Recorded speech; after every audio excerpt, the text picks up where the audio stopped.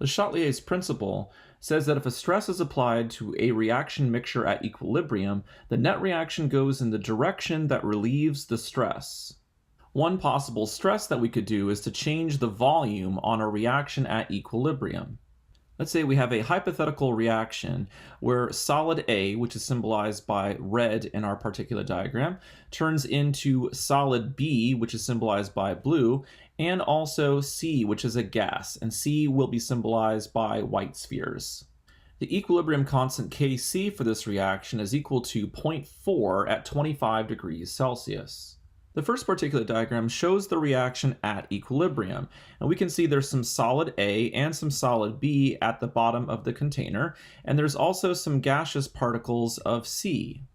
Let's introduce a stress to our reaction mixture at equilibrium. Let's decrease the volume of the container. So looking from the first particulate diagram to the second, we can see there's been a decrease in the volume of the container. That's going to cause an increase in the pressure, because pressure comes from these gas particles slamming into the sides of the container. And if we decrease the volume, now there's less distance for these particles to travel before they slam into the sides of the container, which means we increase the collision frequency, and therefore the pressure increases. According to Le Chatelier's principle, the net reaction is going to go in the direction that relieves the stress. So if the stress is increased pressure, the net reaction is going to try to move in the direction that decreases the pressure. Looking at the equation for this hypothetical reaction, the two solids aren't really contributing to the pressure, so it's only gas C that we need to worry about. And there is 1 mole of gas C on the product side, and there are 0 moles of gas on the reactant side. So if the net reaction went to the right, we'd be going from 0 moles of gas to 1 mole of gas. So going to the right would increase the moles of gas, which would increase the pressure. However, that's not what the reaction wants to do. The goal of the reaction is to relieve the stress, and therefore the reaction wants to decrease the pressure. So the reaction is going to go to the left to get rid of some of that gas, and decreasing the amount of gas will decrease the pressure, therefore relieving the stress. If the net reaction moves to the left, we're going to lose some of our products. So we're going to decrease the amount of C, and we're going to decrease in the amount of B, and we're going to gain some of our reactants. So we're going to increase in the amount of A. And we can see all that in the third particulate diagram. So going from the second particulate diagram to the third particulate diagram, we've decreased the amount of C. We've gone from 4 particles of C to only 2 particles of C. We've also decreased the amount of B. You can see that this blue solid has gotten smaller, and we've increased the amount of A. So A is this red sphere here, and you can see how it's gotten bigger from the second particulate diagram to the third. And by going from 4 particles of C to only 2 particles of C, we've decreased the amount of the gas, and therefore we've decreased the pressure. To better understand what happens to a reaction mixture at equilibrium when a stress is placed on it, let's calculate the reaction quotient Q for these 3 particulate diagrams for this same hypothetical reaction. The expression for the reaction quotient Qc has the same form as the equilibrium constant expression for Kc. So since solids are left out of the equilibrium constant expression, we only need to include the concentration of the gas. And since there's a coefficient of 1 in front of C, Qc is equal to the concentration of C raised to the first power. Since there are 4 particles of C in the first particulate diagram, and if each particle represents 0.1 moles of C, 4 times 0.1 is equal to 0.4 moles of C. So to find the concentration of C, we take the moles and divide that by the volume of the container, which is 1.0 liter. So 0.4 divided by 1.0 is equal to 0.4 molar. So that's the concentration of C in the first particulate diagram. We plug that into our expression for Q. So Qc is equal to 0.4. And notice that Kc is also equal to 0.4. So at this moment in time, Qc is equal to Kc, which tells us the reaction is at equilibrium. Next, we think about the stress that was applied to the reaction at equilibrium. We decreased the volume. And if we look at the volumes here, we're going from 1.0 liters to 0.5 liters. So we're decreasing the volume by a factor of 2, which would cause an increase in the pressure by a factor of 2. And changing the volume would change the concentration. So instead of 0.4 divided by 1.0, it'd be 0.4 divided by 0.5, which is equal to 0.8 molar. So the concentration has doubled. So if we calculate Q for our second particulate diagram, we plug in the concentration of C, which is 0.8 molar. So QC is equal to 0.8. K is equal to 0.4, so Q is not equal to K. Therefore, the reaction is not at equilibrium for our second particulate diagram. So let me write in here, not at equilibrium. In this case, QC is greater than KC, which tells us we have too many products and not enough reactants. Therefore, the net reaction goes to the left to get rid of some of the products and to increase the amount of reactants.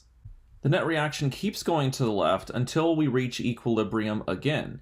So if we calculate the concentration of C in the third particulate diagram, here there are only 2 particles, so that'd be 0.2 moles divided by a volume of 0.5 liters. So 0.2 divided by 0.5 is equal to 0.4 molar. So QC is equal to 0.4. And since QC is equal to 0.4, KC is still 0.4, so QC is equal to KC, and we're at equilibrium, so equilibrium has been reestablished. Since the reaction is at equilibrium in the third particulate diagram, the net reaction stops going to the left, and the concentration of C remains constant. Let's apply what we've learned to another reaction, the synthesis of ammonia from nitrogen gas and hydrogen gas.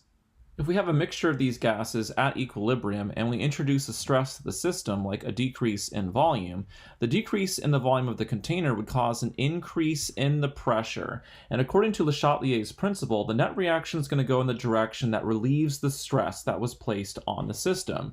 So if the stress is increased pressure, the net reaction says, I want to move in the direction that decreases that pressure. So the net reaction moves to the right because there are 4 moles of gas on the left and only 2 moles of gas on the right. And by moving to the right, that goes from 4 moles of gas to 2 moles of gas, which decreases the amount of gas and causes a decrease in the pressure.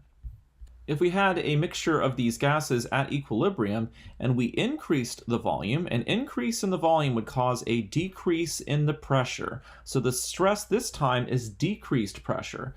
To relieve the stress, the net reaction wants to move in the direction that increases the pressure. Therefore, the net reaction is going to move to the left, because if it moves to the left, we're going from 2 moles of gas on the right to 4 moles of gas on the left. So that's an increase in the moles of gas.